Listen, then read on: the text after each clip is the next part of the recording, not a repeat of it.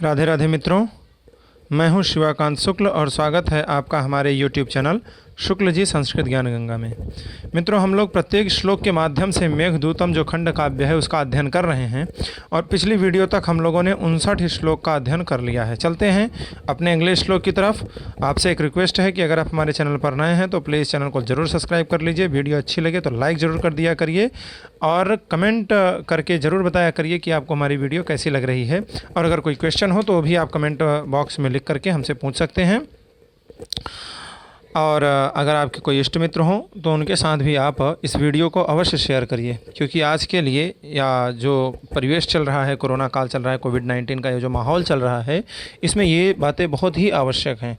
क्योंकि पढ़ाई सबको करनी है लेकिन व्यवस्था नहीं हो पा रही है, तो उन्हें भी अच्छी व्यवस्था मिल जाए, इसलिए आप लोग प्लीज़ वीडियो को ज़रूर शेयर कर दिया करिए। चलते हैं अपने अगले श्लोक की तरफ, नंबर 60। इस श्लोक में यक्ष मेघ से ये कहता है कि जहाँ चरण चिन्ह पर आप विराजमान हैं, कल हमने ये पढ़ा था कि वो चरण चिन्ह के पास पहुँचता है तो वहाँ झुक करके प्रणाम करता है, परिक्रमा करता है। इससे क्या होता है कि उसे मोक्ष की प्राप्ति हो जाती है और भगवान शिव के गणों में उसे स्थायी निवास मिल जाता है। तो वो जो चरण चिन्ह है वहाँ पर जब तो आप निवास करेंगे तो वहाँ पर एक विशेष प्रकार का बांस की एक प्रजाति है जिसको कीचक कहा जाता है। मैं ऐसी शंका करता हूँ, मैं ऐसी शंका क्या, उसको क्या कहते हैं, अनुमान। मैं ऐसा अनुमान करता हूँ कि जो बांसुरी बनती है वो संभवतः इसी बांस की बनती होगी। क्योंकि कवि कहते हैं, कालिदास जी कहते हैं कि वहाँ पर जब वायु बहती है और उस कीचक बांस के छिद्र से होकर के जब गुजरती है तो एक विशेष प्रकार की ध्वनि निकलती है। ठीक है, ये ध्वनि हो गई। और क्या है, तो कह रहे हैं वहाँ की जो किन्नरियाँ हैं वो गान करेंगी, भगवान त्रिपुर विजय के, भगवान शंकर के क्या करेंगी, गान करेंगी। और बोले तुम्हारी जो गर्जना है, अगर वो गर्जना वहाँ उस हिमालय पर्वत की जो गुफाएं हैं जहाँ पर भगवान शंकर का चरण चिन्ह है, उन गुफाओं में अगर मृदंग की तरह गर्जना करिए आप, कि वो गुफाओं में जब गूंजे तो मृदंग जैसे आवाज़ निकले, तो ये भगवान शंकर के गीत वाद्य की जितनी भी वस्तुएं हैं वो सहज में ही उपलब्ध हो जाएंगी, ऐसा कहने का भाव है। चलते हैं कालिदास जी के शब्दों में, देखते हैं। कालिदास जी कह रहे हैं कि शब्दायन्ते मधुरमलिनैः कीचकाः पूर्यमाणाः, शब्दायन्ते मधुरमलिनैः कीचकाः पूर्यमाणाः, संरक्ताभिस्त्रिपुरविजयो गीयते किन्नरीभिः, संरक्ताभिस्त्रिपुरविजयो गीयते किन्नरीभिः, निर्ह्रादस्ते मूरज इव चेत् कंदरेषु ध्वनिः स्यात्, निर्ह्रादस्ते मूरज इव चेत् कंदरेषु ध्वनिः स्यात्, संगीतार्थो ननु पशुपतेस्तत्र भावी समग्रः, संगीतार्थो ननु पशुपतेस्तत्र भावी समग्रः। कह रहे हैं कि जो पशुपति के संगीतार्थ हैं, पशुपति अर्थात भगवान शंकर के जो संगीत के अर्थ माने सामग्री है, वह सामग्री ननु माने निश्चय न, समग्र माने पूरी तरीके से, भावी माने उपस्थित हो जाएगी। कहाँ पर? तत्र माने वो जो चरण चिन्ह था। बोले कब उपस्थित हो जाएगी? तो वही बात पूरे श्लोक में बतला रहे हैं। कह रहे हैं कि अनिलैः पूर्यमाणाः कीचकाः, अनिलैः माने अनिल के द्वारा, वायु के द्वारा, जो पूर्यमाण माने भरे गए, पूरित किए हुए, कीचकाः माने कीचक, जो हमने पहले भी बताया कि एक बांस की प्रजाति है, ऐसे कीचक जिसमें क्या हो गया है, अनिलैः पूर्यमाण हो गई है, वायु भर गई है, वो क्या करते हैं, तो कह रहे हैं मधुरम शब्दायन्ते, मधुर मधुर शब्द करते हैं। क्यों मधुर शब्द करते हैं? क्योंकि उसमें अनिल भर चुकी है। वायु भर चुकी है। तो वही कह रहे हैं कि अनिलई माने जो वायु है, तई ही उस वायु के द्वारा पूर्यमाणा माने भरे जाते हुए, जो कीचका माने कीचक, वो जो बांस की एक प्रजाति है, वह कीचक मधुरम शब्दायन्ते, मधुर मधुर शब्द करते हैं। और तो कह रहे हैं संरक्ता भी, जो संरक्त हैं, अनुरक्त हैं, ऐसी किन्नरी भी, जो किन्नरियां हैं, वो किन्नरियां त्रिपुर विजय, जो त्रिपुर विजय है, भगवान शंकर ने जो त्रिपुर विजय किया है, ऐसे त्रिपुर विजय का क्या करेंगी, गीयते, जो गीत है उस गीत को गान करती हैं, उसका गायन करेंगी, गायन करती हैं। कीचक क्या करता है, तो मधुर मधुर शब्द करता है। किन्नरियाँ क्या करती हैं, तो वो गान करती हैं, किसकी, त्रिपुर, जो भगवान शंकर हैं त्रिपुर विजय, उनका गान करती हैं।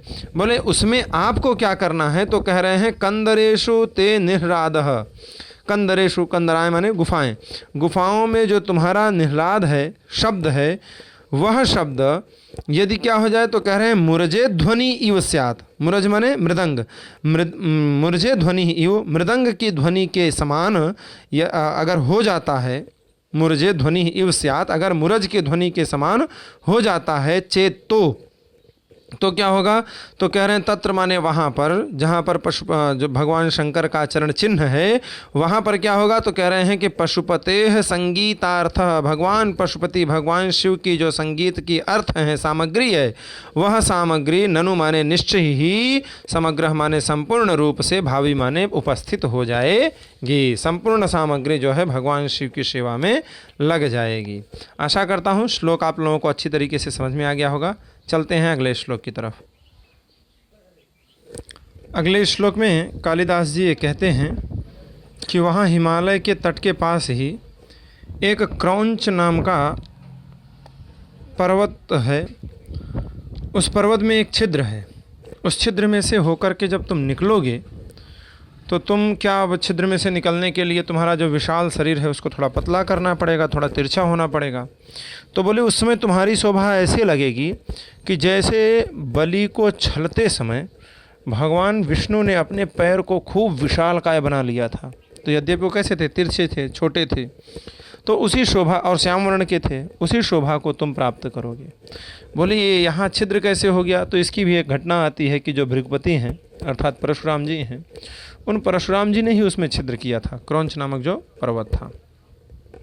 तो मानो वो उनके यश को फैला रहा है। और बोले वो छिद्र किस काम में आता है, तो इस समय वहाँ से जो राजहंस हैं वो उसी छिद्र से होकर के मानसरोवर की यात्रा करते हैं। ऐसा जो छिद्र है उससे तुम क्या करना, निकल करके और फिर और उत्तर की तरफ जाना। वही यहाँ कालिदास जी वर्णन करते हैं।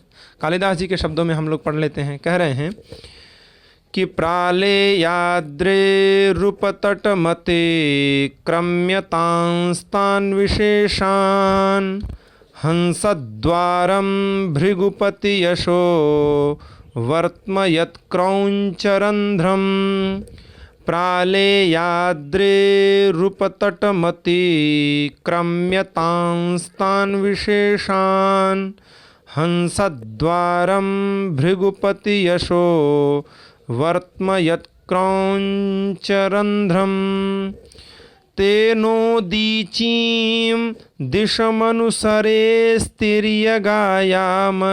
तिर्यगायामशोभी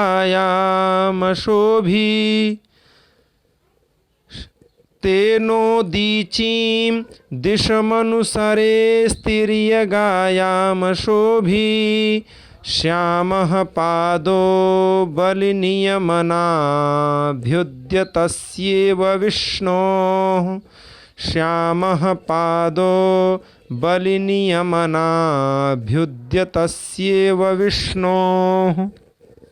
कहते हैं कि प्रालेयाद्रे, प्रालेय माने होता है बर्फ, और उस बर्फ का जो अद्रि माने पर्वत है, कौन, हिमालय पर्वत, उस हिमालय पर्वत के उपतटम माने तट के समीप, उस हिमालय के तट के निकट, तट के समीप तान तान विशेषान, उन प्रकार के जो विशेष वस्तुएं हैं, माने विभिन्न प्रकार के जो विशेष वस्तुएं हैं, दर्शनीय पदार्थ हैं, ऐसे दर्शनीय पदार्थों को अतिक्रमण करके, लांघ करके, उनका उल्लंघन करके बोले क्या करें, तो कह रहे हैं कि उदीचीम दिशम अनुसरे। उदीचीम दिशम, उदीचीम माने उत्तर की जो दिशम माने दिशा है, उस उत्तर दिशा की ओर अनुसरे माने तुम क्या करना, जाना। ठीक है। अब बतला रहे हैं कि वो जिसको आप लांघ करके जाएंगे, जहाँ से जाएंगे वो कौन है, तो कह रहे हैं क्रौंच रंध्रम। क्रौंच रंध्र को आप लांघ करके कहाँ चले जाएंगे, सीधे उदीचीम दिशम अनुसरे है। अब वो क्रौंच रंध्र कैसे बना है और उसकी कैसी शोभा है, उसी का वर्णन अन्य पदों में कर रहे हैं। कह रहे हैं कि हंसद्वारम, क्या करना, तो कह रहे हैं प्रालेयाद्रेः, वो जो हिमालय पर्वत है उसके उपतटम माने तट के निकट, तट के समीप, तान तान विशेषान, जो उन विशेषताओं से युक्त, विभिन्न प्रकार के दर्शनीय पदार्थों को जो युक्त है, उनको क्या करना, अतिक्रम्य, उनको लांघ करके, यत माने जो, हंसद्वारम, यत माने जो, उनको लांघ करके जाना कहाँ है, तो क्रौंच रंध्रम, क्रौंच रंध्र के छिद्र से आपको निकलना है। वो छिद्र में कैसा है, तो कह रहे हैं यत हंसद्वारम, जो हंसों का द्वार है, अर्थात हंस जब मानसरोवर की तरफ जाते हैं तो उसी द्वार से होकर के जाते हैं, तो वह हंसों का क्या है, द्वार है। और तो कह रहे हैं भृगुपति यशो वर्तम, भृगुपति अर्थात जो भृगु कुल के जो स्वामी हैं, कौन, परशुराम जी, उनके यश को जो क्या कर रहा है, बढ़ा रहा है, उनके यश का जो चिन्ह है, अर्थात उन्होंने ही उसे बनाया था, तो उनके यश का जो मार्ग है, ऐसा कौन, तो कह रहे हैं क्रौंच रंध्रम। क्रौंच नामक जो पर्वत है, उस पर्वत का जो रंध्र माने छिद्र है, तेन माने उससे हो करके आपको क्या करना है, उदीचीम दिशम अनुसरे, उत्तर की दिशा की तरफ आपको अनुसरण करना है, अर्थात आपको उत्तर की दिशा की तरफ जाना है। बोले जब आप उसमें से निकलेंगे तो कैसे लगेंगे, तो उसी का विशेषण दे रहे हैं कि तेन माने उसमें से जब आप निकलेंगे तो बलि नियमनाभ्युद्यतस्य विष्णोः श्यामः पादः इव। जैसे बलि माने वो जो बलि नाम के राजा थे, असुर था, प्रहलाद जी के पुत्र थे, उनको जब नियमन करने के लिए, उनको बांधने के लिए अभ्युद्यतस्य, अभ्युत हुए थे, उद्यत हुए थे, कौन, विष्णोः, भगवान विष्णु। उन भगवान विष्णु के 52 रूप से अवतार लिए थे, तो श्याम वर्ण के थे। उन भगवान विष्णु के जो श्यामः पादः, श्याम वर्ण के जो पाद माने चरण हैं, उन चरणों के इव, उन्हीं चरणों के समान, तिर्यक माने तिरछे, और आयाम शोभाम, आयाम माने विस्तार रूप में जो शोभा माने शोभित, शोभा को प्राप्त हो रहे हैं, ऐसे शोभित हुए तुम उदीचीम दिशम अनुसरः, अनुसरे, उदीची माने उत्तर, दिशम माने दिशा को तुम क्या करना, अनुसरण करना, अर्थात उत्तर दिशा की ओर तुम जाना। कहाँ से निकल के, क्रौंच रंध्रम, क्रौंच रंध्र से निकल के। जब तुम उसमें से निकलोगे तो कैसे लगोगे, तो कह रहे हैं बलि नियमनाभ्युद्यतस्य विष्णोः श्यामः पादः इव, जैसे बलि को नियमन करने के लिए, बंधन में बांधने के लिए उद्यत हुए,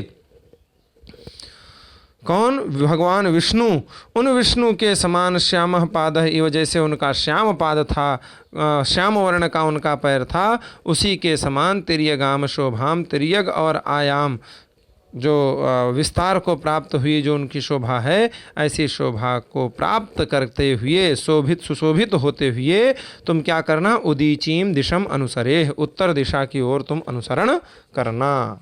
चलते हैं अपने अगले श्लोक की तरफ। आशा करता हूँ ये श्लोक भी आप लोगों को अच्छी तरीके से समझ में आ गया होगा। अगले श्लोक में कहते हैं कि जब आप उस क्रौंच चोटी पर से, क्रौंच जो पर्वत है उसके छिद्र में से बाहर निकलोगे, और बाहर निकल के जैसे ही ऊपर की ओर उड़ोगे तो वहाँ पर आपको एक कैलाश पर्वत पड़ेगा। कालिदास जी का कहना यह है कि हिमालय पर्वत और कैलाश पर्वत में अंतर है। हिमालय पर्वत संपूर्ण पर्वत को कहते हैं, और उस पर कई छोटे छोटे जो पर्वत होते हैं, चोटियाँ होती हैं, उनके भिन्न भिन्न नाम हैं। जैसे क्रौंच पर्वत हो गया, फिर आगे आ रहा है ये कैलाश पर्वत हो गया। तो वो पर्वत की शोभा कैसी लग रही है, उसी शोभा का इसमें वर्णन किया गया है। और उस पर्वत के तुम क्या हो जाओगे, अतिथि बन जाओगे। यही बात इस श्लोक में कह रहे हैं। देखते हैं कालिदास जी के शब्दों में कह रहे हैं कि गत्वा चोर्ध्वं दशमुखभुजोच्छ्वासितप्रस्थसन्धेः गत्वा चोर्ध्वं दशमुखभुजोच्छ्वासितप्रस्थसन्धेः कैलासस्य त्रिदशवनिता दर्पणस्यातिथिः स्याः कैलासस्य त्रिदशवनिता दर्पणस्यातिथिः स्याः शृङ्गोच्छ्रायैः कुमुदविशदैर्यो वितस्य स्थितः खं शृङ्गोच्छ्रायैः कुमुदविशदैर्यो वितत्य स्थितः खं राशीभूतः प्रतिदिनमिव त्र्यम्बकस्याट्टहासः राशीभूतः प्रतिदिनमिव त्र्यम्बकस्याट्टहासः। कहते हैं कि ऊर्ध्वं च गत्वा, जब तुम क्रौंच पर्वत से निकलोगे, निकल करके ऊर्ध्वं गत्वा, ऊपर की ओर जाना, और ऊपर की ओर जब तुम निकलोगे तो कह रहे हैं वहाँ पर तुम्हें क्या दिखाई देगा, तो कह रहे हैं दशमुख भुजोच्छ्वासित प्रस्थ संधे। दशमुख माने रावण, रावण के द्वारा भुजो माने भुजा पर, उच्छ्वासित माने उठाए गए जो पर्वत, कौन सा, कैलाश पर्वत, उस कैलाश पर्वत के जो शिखर हैं उन शिखरों को प्रस्थ संधे है, जिसने क्या कर दिया है, शिथिल कर दिया है सारे संधियों को, अर्थात उठा करके हलसा दिया है, बिल्कुल उसकी जितनी संधियां हैं वो डगमगा गई हैं अपने स्थान से। वही कह रहे हैं कि दशमुख भुजोच्छ्वासित प्रस्थ संधे, दशमुख ने अपनी भुजा पर उच्छ्वासित किया था, उठाया था जिस शिखर को, ऐसा कौन सा शिखर है, तो कैलाश पर्वत, ऐसा जो उच्छ्वासित प्रस्थ संधे है, शिथिल कर दिया गया है शिखरों का जो जोड़, ऐसे जोड़ वाले, और कैसा, तो कह रहे हैं त्रिदश वनिता दर्पणस्य, त्रिदश की जो वनिताएं, त्रिदश माने देवता, देवताओं की जो वनिताएं माने देवांगनाएं, उन देवांगनाओं का जो दर्पण है, अर्थात जो देवांगनाएं हैं वो वहाँ जा कर के दर्पण देखती हैं, बिल्कुल सफ़ेद कलर का है, बर्फ़ से ढका हुआ, बर्फ़ की ही मानिए एक वो चोटी है। तो जो देवताओं की स्त्रियां हैं उनको जब दर्पण देखने की इच्छा होती है, शीशा देखने की इच्छा होती है, अपना मुख देखने की इच्छा होती है, बाल संवारने की इच्छा होती है, तो दर्पण का कार्य करता है वो कैलाश पर्वत। इसीलिए शायद कालिदास जी ने अपने अन्य ग्रंथों में भी इसका उल्लेख किया है। हिमालयो नाम नगाधिराजः, ठीक है, अस्त्युत्तरश्याम दिशि देवतात्मा, देवताओं की जो क्या है, आत्मा है, ऐसे हिमालयो नाम नगाधिराज। तो शायद इसीलिए कहा है क्योंकि वो देवताओं की आत्मा वस्तुतः आत्मा है। क्योंकि आजकल भी देख लीजिए, बिना शीशे के कोई जी नहीं सकता, लैट्रिन बाथरूम में शीशा लगाते हैं। हमको तो आज तक नहीं समझ में आया भैया लैट्रिन बाथरूम में शीशे का क्या काम हो सकता है। बाथरूम में तो चलो एक बार फिर भी ठीक है कि चेहरा देखेंगे, लैट्रिन में क्या काम हो सकता है। लेकिन लोग पूरे लैट्रिन को ही शीशे से एकदम मिढ़वा देते हैं। तो शीशा बहुत ज़रूरी चीज़ है भाई, आज के हिसाब से भी अगर देखा जाए तो बहुत आवश्यक पदार्थ है। तो इसलिए ऐसा लगता है कि भाई जो देवतात्मा उन्होंने प्रयोग किया है वो शायद इसीलिए किया होगा क्योंकि वो शीशे का कार्य करती है। तो वही यहाँ भी कह रहे हैं कि त्रिदश वनिता, त्रिदश माने जो देवता हैं, उन देवताओं की जो वनिताएं हैं, वधुएं हैं, कौन, देवांगनाएं, ऐसी देवांगनाओं के दर्पणस्य, जो दर्पण का कार्य करती है, ऐसा कैलासस्य, ऐसा जो वह जो कैलाश पर्वत है, उस कैलासस्य माने कैलाश पर्वत के अतिथि ही स्याह, तुम क्या होना, अतिथि होना। किस कैलाश पर्वत के, तो कह रहे हैं जिस कैलाश पर्वत को 10 मुख भुजोच्छ्वासित प्रस्थ संधे है, जो जितने भी संधियां हैं उन सारे संधियों को, सारे जोड़ों को जिसने शिथिल कर दिया है।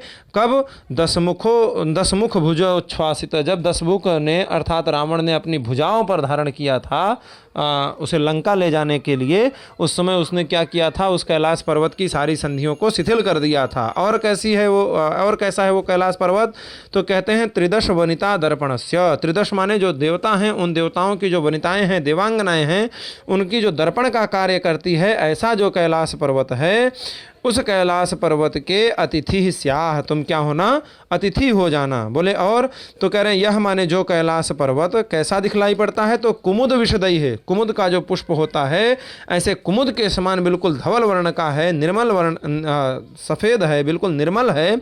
और श्रृंगोच्छायई ही, श्रृंग माने ऊंचे जो शिखर हैं, उन शिखरों द्वारा जो क्या है, शिखरों के द्वारा, ऊंचे ऊंचे जो शिखर हैं उन शिखरों के द्वारा खम माने आकाश को वितत्य, वितत्य माने व्याप्त करके, प्रतिदिनम माने प्रत्येक दिन, ऐसा लग रहा है वो इतना निर्मल है। और उसके जो श्रृंग की ऊंचे ऊंचे श्रृंग हैं, शिखर हैं, उन श्रृंगों द्वारा वो आकाश को ऐसे व्याप्त कर लिया है मानो प्रतिदिनम माने प्रत्येक दिन, राशिभूत त्र्यंबकस्य अट्टहास, जैसे त्र्यंबक का जो अट्टहास है, भगवान शिव का जो अट्टहास है वह राशिभूत हो गया है, इकट्ठा हो गया है, उसके इव, उसी के समान स्थित माने वहाँ पर स्थित हुआ है। भगवान शंकर जो कैलाश पर अट्टहास करते हैं वही अट्टहास मानो राशिभूत इव, वह राशिभूत हो गया है, ऐसा वह कैलाश पर्वत शोभित हो रहा है। आशा करता हूँ ये श्लोक भी आप लोगों को अच्छी तरीके से समझ में आ गया होगा। चलते हैं अपने अगले श्लोक की तरफ।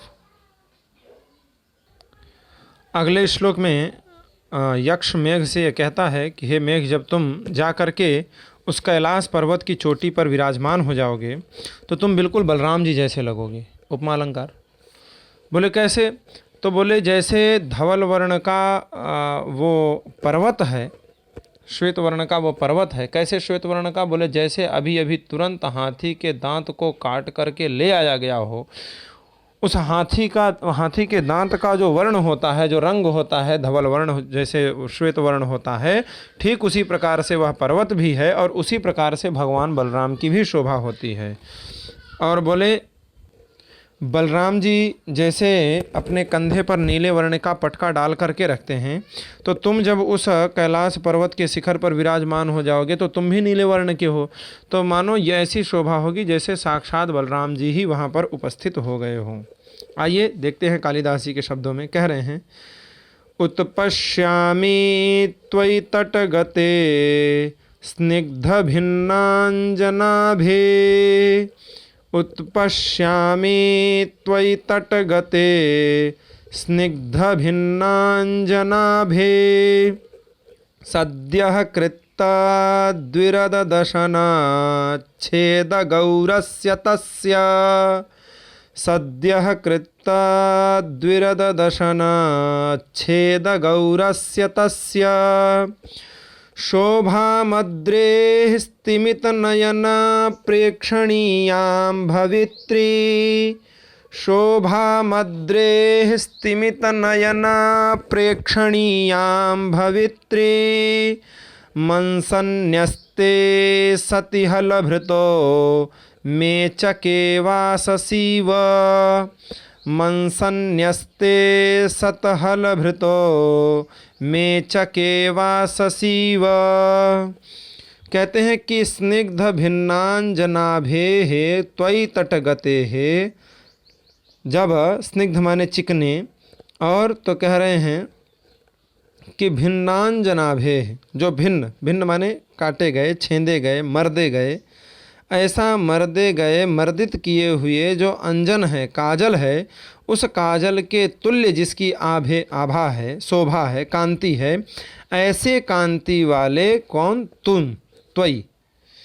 स्निग्ध भिन्नांजनाभे, बादल कैसा लग रहा है, तो स्निग्ध माने चिकने और अभी अभी मर्दे गए जैसे अंजन होता है। आप लोगों ने गांव में देखा होगा कि माताएं क्या करती हैं कि दीपावली की रात्रि को एक वो जो बड़ा सा सकोरा होता है, कसोरा, उसमें दीपक जला करके और दूसरे कसोरे को उस पर उल्टा लटका देती हैं। उसमें जब पूरी राख जम जाती है तो बाद में उसको देसी घी से और उसमें पिपरमिंट इत्यादि मिला करके और उसका खूब मर्दन करती हैं। उससे वो कज्जल तैयार किया जाता है, काजल, जो नेत्रों में लगाया जाता है। मार्केट का तो मार्केट का हो गया, उसको आँख में लगाने से कोई प्रॉफिट नहीं है। जब तक वो दीपावली की रात्रि वाला इकट्ठा किया हुआ राख, उस राख को देसी घी से, देसी गाय के घी से मर्दन करके जब कज्जल बनाया जाता है तो वो ओरिजिनल अंजन कहलाता है। हम गांव के हैं इसलिए हमने गांव में सब कुछ देखा हुआ है, इसलिए आप लोगों को बता रहे हैं। कई लोग तो इसको जानते भी नहीं होंगे। वही कह रहे हैं कि स्निग्ध माने चिकने और भिन्नांजनाभे, भिन्न माने मर्दित किए गए, मर्दे हुए जो अंजन है, काजल है, उस काजल के समान जिसकी आभा है, कांति है, ऐसे कांति वाले त्वयि माने तुम्हारे, तटगते माने उस हिमालय पर्वत के तट पर, शिखर पर जब तुम पहुंच जाओगे, ऐसा शिखर पर पहुंचने पर कैसे लगोगे? तो कह रहे हैं सद्यः कृत द्विरद दशन छेद गौरस्य।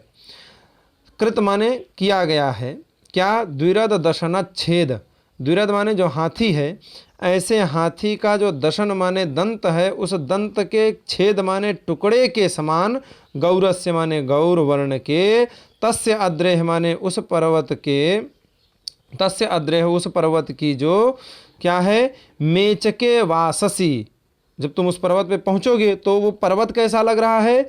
तो कह रहे हैं कि कृत द्विरद दशन छेद गौरस्य, काटे गए जैसे, द्विरद माने हाथी के, दशन माने दांत हैं, उसके छेद माने खंड के टुकड़े के समान, गौर वर्ण के, तस्य अद्रेह उस पर्वत पर तुम कैसे लगोगे? तो कह रहे हैं मेचके वाससी, मेचके माने नीला, नीला जो वास है, वस्त्र है, उस वस्त्र को जैसे अंसन न्यस्ते, अंश पर माने कंधे पर, नस्त माने नस्त किए हुए, डाले हुए, सती माने से, डाले हुए से, डाले जाने पर, जैसे हलभृतः इव, हलभृत माने भगवान बलराम, उन भगवान बलराम के तरह ही तुम कैसे लगोगे? तो कह रहे हैं स्तिमित नयन प्रेक्षणीयाम भवित्रीम शोभाम उत्पश्यामी, तुम लगोगे कैसे? तो हलभृत इव, हलधर के समान, भगवान बलराम के समान लगोगे। बोले जब ऐसे लगोगे तो फिर उससे क्या होगा? तो कह रहे हैं स्तिमित नयन प्रेक्षणीयाम, स्तिमित माने जो बिना पलके झपकाएं, अपलक नेत्र, एकटक जो नेत्र होता है, एकटक नेत्रों से जिसे देखा जाता है, ऐसे स्तिमित नयन अपलक जो नेत्र हैं, उन नेत्रों से, प्रेक्षणीयाम माने देखे जाने के, भवित्रीम माने योग्य होने वाली जो तुम्हारी शोभा माने शोभा है, उसको मैं उत्पश्यामी माने अनुमान लगा रहा हूँ, उसकी मैं आशा कर रहा हूँ, उसकी मैं शंका कर रहा हूँ, उसका मैं अनुमान करता हूँ कि तुम कैसे देखे जाओगे। तो कह रहे हैं स्तिमित नयन प्रेक्षणीयाम, तुम स्तिमित नयनों के द्वारा प्रेक्षणीय शोभा को प्राप्त हो जाओगे, ऐसा मैं क्या कर रहा हूँ? उत्पश्यामी माने अनुमान कर रहा हूँ। आशा करता हूँ ये श्लोक भी अच्छे तरीके से समझ में आ गया होगा। चलते हैं अपने अगले श्लोक की तरफ। यक्ष मेघ से कहता है कि हे मेघ, वहाँ पर तुम्हें एक कार्य और मैं सौंपता हूँ। अगले श्लोक में ये बातें कह रहा है। बोले क्या? तो बोले वो जो कैलाश पर्वत है वो भगवान शंकर का विहार स्थल है। भगवान शंकर वहाँ माता पार्वती जी के साथ विहार करते हैं, घूमते टहलते हैं। तो जब वो लोग वहाँ पर आए घूमने टहलने के लिए, तो तुम वहाँ ये नहीं कि पानी बरसाने लगो, उनका सारा मूड डिस्टर्ब कर दो। बोले फिर? बोले तुम उनके आगे आगे दौड़ करके चले जाना और अपने जल को तुम स्तंभित कर लेना, ठोस बना लेना, और फिर उसको लहरदार बना करके सीढ़ी के रूप में परिणित कर लेना। और उनके लिए जब वो मड़ियों से जटित शिखरों पर चढ़ने के लिए जब जाएं, तो तुम उनके आगे सीढ़ी बन करके पहुंच जाना, जिससे वो बड़े आराम से उन मणि जटित शिखरों पर आरूढ़ हो जाएं। ठीक है, ये बात इस श्लोक में यक्ष मेघ से कहता है। कालिदास जी के शब्दों में देखते हैं। कालिदास जी कह रहे हैं कि हित्वा तस्मिन् भुजगवलयं शंभुना दत्तहस्ता, हित्वा तस्मिन् भुजगवलयं शंभुना दत्तहस्ता, क्रीडाशैले यदि च विचरेत् पादचारेण गौरी, क्रीडाशैले यदि च विचरेत् पादचारेण गौरी, भंगी भक्त्या विरचित वपुः स्तंभितांतरजलौघः, भंगी भक्त्या विरचित वपुः स्तंभितांतरजलौघः, सोपानत्वं कुरुमणितटारोहणायाग्रयायी, सोपानत्वं कुरुमणितटारोहणायाग्रयायी, अग्रयायी हो करके, बिल्कुल आगे आगे जा करके तुम सोपानत्वम करो, सोपान को प्राप्त हो जाना, सीढ़ी बन जाना। ठीक है, सोपानत्वम, सोपान को प्राप्त हो जाना, अर्थात सोपान का कार्य करना उनके लिए। बोले कब? तो कह रहे हैं तस्मिन क्रीड़ा शैले। तस्मिन माने वो जो कैलाश पर्वत है वो क्या है? भगवान शंकर का क्रीड़ा शैल है। तो तस्मिन क्रीड़ा शैले माने उस क्रीड़ा पर्वत पर जब क्या हो, तो माता पार्वती के साथ शंकर भगवान जब घूमने के लिए निकलते हैं तो अब वो चारों तरफ तो सांप बिच्छू लगा करके रखे हैं, तो माता पार्वती उनके साथ कैसे रहेंगी? और हाथ पकड़ करके ही घुमा जाता है एक दूसरे की बाहों में बाहें डाल करके। तो वही कह रहे हैं कि तस्मिन क्रीड़ा शैले, उस क्रीड़ा पर्वत पर, कैलाश पर्वत पर जब भुजग वलयम हित्वा, भुजग रूपी वलय को, सर्प रूपी वलय माने कंकड़ को जब हित्वा माने त्याग दिए हों। कौन? शंभुना, भगवान शंकर। भगवान शंकर के द्वारा भुजग वलयम हित्वा, जब भुजग वलय को क्या कर दिया गया हो? त्याग दिया गया हो। ऐसे शिव द्वारा त्याग दिए गए क्या? उनके हाथ।